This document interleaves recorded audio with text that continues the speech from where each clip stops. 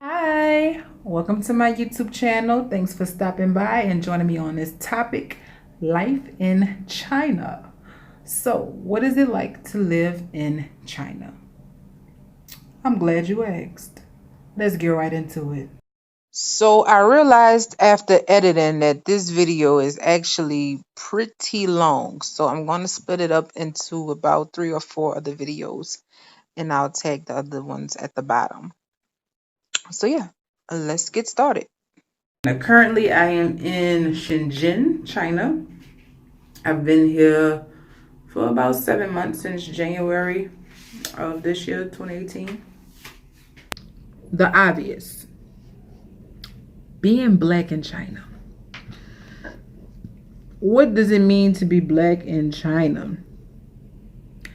Being black in China means you're going to get your picture taken at random. People are going to record you. It's very weird. And it's quite annoying because I'm not always looking my flyest. I'm not always looking my best. You know, I've come up with a method. I either, if I'm not in the mood, this always works. Or you can smile and wave. But either way, I always end it by taking pictures of them too. I record them as well. Oh yes, baby, I get to recording their asses too. Or you gonna be in my phone. You going on my Instagram, you know.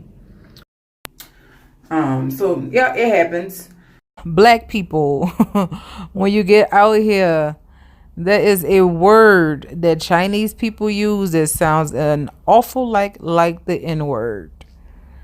And they say it every day, all day. Do not be alarmed. Do not get mad. Do not be disturbed. The word nigga in China means this or that, one of those. Now, it's actually technically supposed to be pronounced Naiga, Zyga, something like that. But when they say it, it comes out like nigga, like that. So, but they're not talking to you. They're not talking about you. They say, better not be. But just a heads up. Kind of threw me for a loop when I first got here. I looked over and I was like, who the fuck you think you're talking to? So, but it's good to know. As far as black life, yeah, you can find a black population, a black community here in China pretty easily. Just be mindful, it is very small, so they all know or know of each other. So be careful if you plan on getting involved or getting into anything with any damn body. I'm letting you know right now. Everybody know everybody. So beware. But yeah, I live in Shenzhen. So we have different groups out here. But if you live in Guangzhou, if you go to Guangzhou, there's a pretty large black community out there. But a lot of them are actually from Africa, and they don't really speak English. You'll find that they actually speak French. But yeah, Beijing, Shanghai, Shenzhen, you can find a black population on your WeChat groups, which we will get into next. It brings me into my next topic, apps. So, apps. Important apps. Number 1, before you get to China, make sure you download a VPN. Okay? A VPN. VPN is a virtual private network.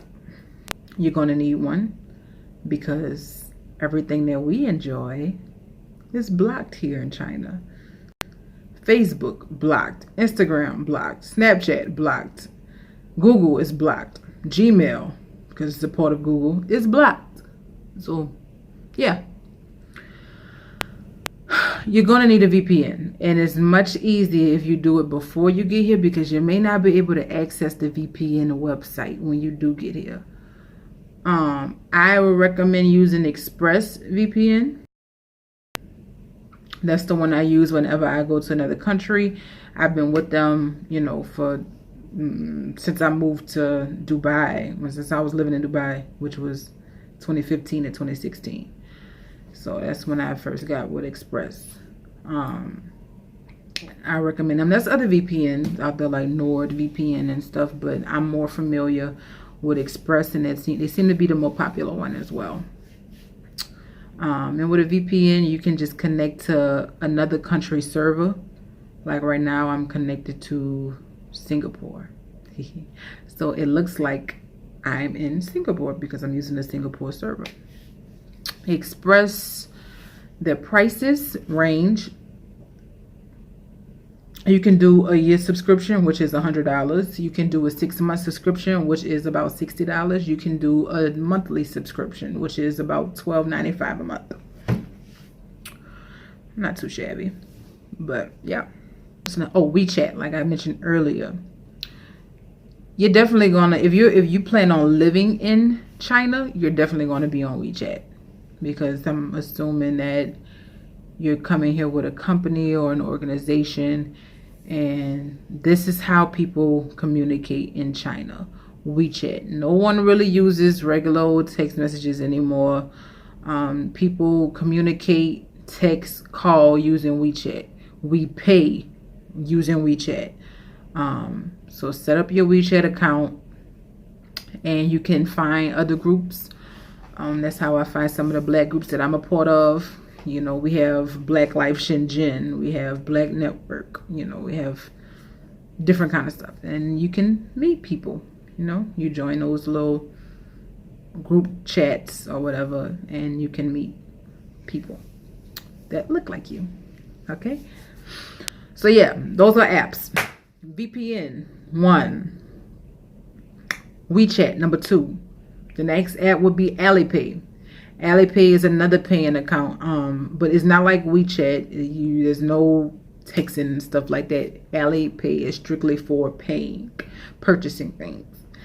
You're gonna need Alipay for some of the other apps that I'm gonna tell you about a little in a minute. So Alipay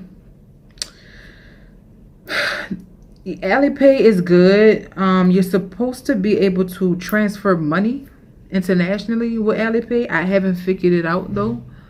And that's another thing that we'll talk about is currency. But yeah, download Alipay because you're going to need that too. And Alipay is what you're going to need for apps like Taobao. I'm smiling because Taobao is like my favorite app, y'all. Y'all just don't understand. Taobao has been like the biggest lifesaver, like no bullshit. You cannot find Western products here in China. Barbecue sauce, you will not find. They will not even give you barbecue sauce at a fast food restaurant. McDonald's ain't got no barbecue sauce. KFC ain't got no. They like hold on. You'll get one of these. A sweet and sour packet for your troubles. I don't know that shit. So yeah, barbecue sauce, you know, you can find that on Taobao. You can also find barbecue sauce at some of the Walmarts, but not all of them carry. So at Walmart, you can find certain products, not everything. You can find tampons at some Walmarts, but not at all. You can also find it at a Manning's, but Taobao definitely has that. Taobao got grits. You can order you some grits off Taobao, have it delivered to your door. Almond milk, the kind that be on the shelf. Any type of food product, pretty much. Nachos, and I get to craving nachos, because you ain't gonna find no nachos out here unless you go to like one of them far out Western restaurants or something like that. And you're gonna pay a little bit more for them. If I feel like if I'm craving some nachos, I'll order me some tortilla chips and some Rico's nacho cheese, and you know we good. I was craving pancakes, because you ain't gonna find no pancakes out here. Betty Crocker pancake mix, Taobao, got some right in the kitchen.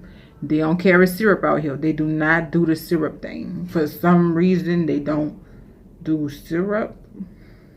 Even like they sell waffles. You can find waffles, but you can't find pancakes. But they put like a little jelly packet and with the little waffles. They ain't need not no syrup. And I ain't about to put no jelly on my waffles.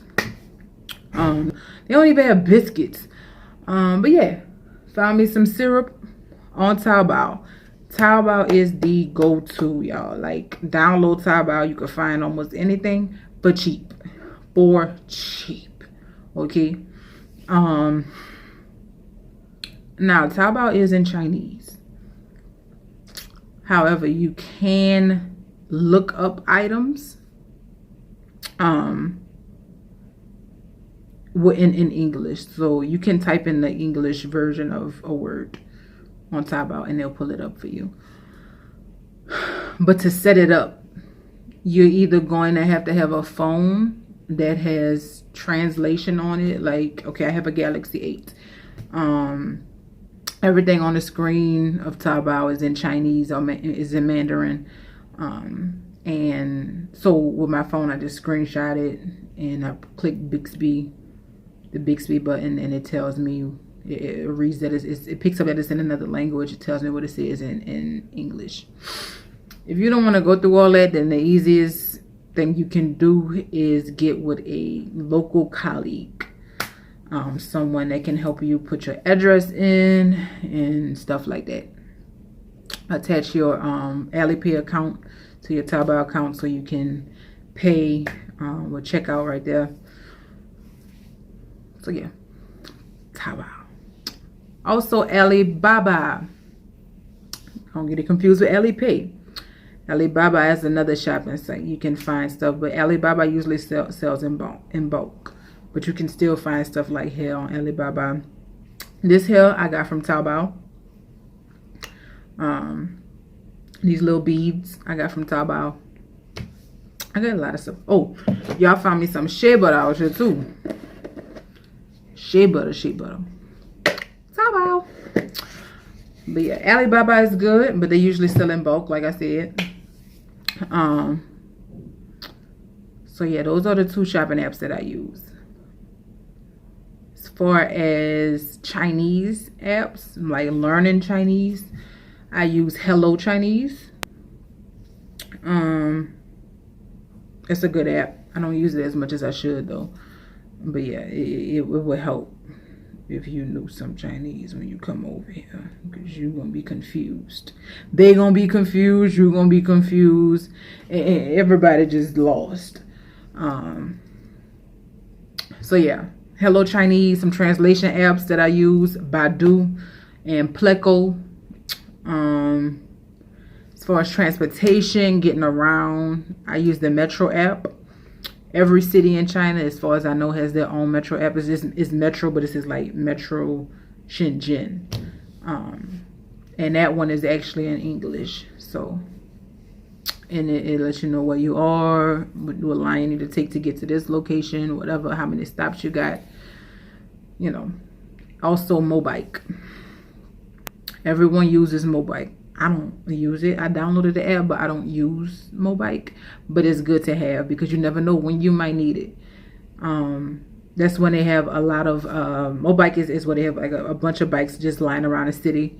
You can find them pretty much anywhere. And you scan a barcode and that unlocks the bike. You can go wherever you want. And then you just leave it wherever you are, and somebody else will come and pick it up and scan and and unlock it, and they'll use it to go wherever they need to go. So yeah, Mobike. I think that is it. I feel like I'm forgetting an app. So let's run through them. VPN, Wechat, Alipay, Taobao, Alibaba, Pleco, Baidu, Hello Chinese, Metro app. I know what I'm forgetting. Mobike and food apps. Download your food apps when you get here, okay? Because that's how people eat. A lot of people don't really sit in and eat as much. I mean, you'll see it. People do it, but mainly people have food to go. you know, or Taobao, because Taobao means to go. You'll be using that a lot when you get here. You know, if you want your food to go, just let them know Taobao. Some of the two top food apps that I'm familiar with are Meituan and Erlamo. Erlamo is the one that I use. It's the little blue app and it has a big E on it. Meituan is the yellow one that has a kangaroo on it. But people use both. I know a lot of people that use Meituan. I know a lot of people that people use Erlamo. I use Erlamo. So yeah, those are your apps. There are other apps that people use like QQ and DD and stuff like that, but I'm not using all that. I'm not about to download all that. My phone don't need all of that in it. You know, I'm trying to delete some of the apps I got. Hell. So yeah, those are some important apps that you need. So that concludes this video. Next video I'll be discussing currency and cost of living in China, and I'll also be talking about social life and things to do in China, as well as Chinese people, what are they like, and some pet peeves that I have, and also dating in China. So yeah, stay tuned and thanks for watching. Whoa, whoa.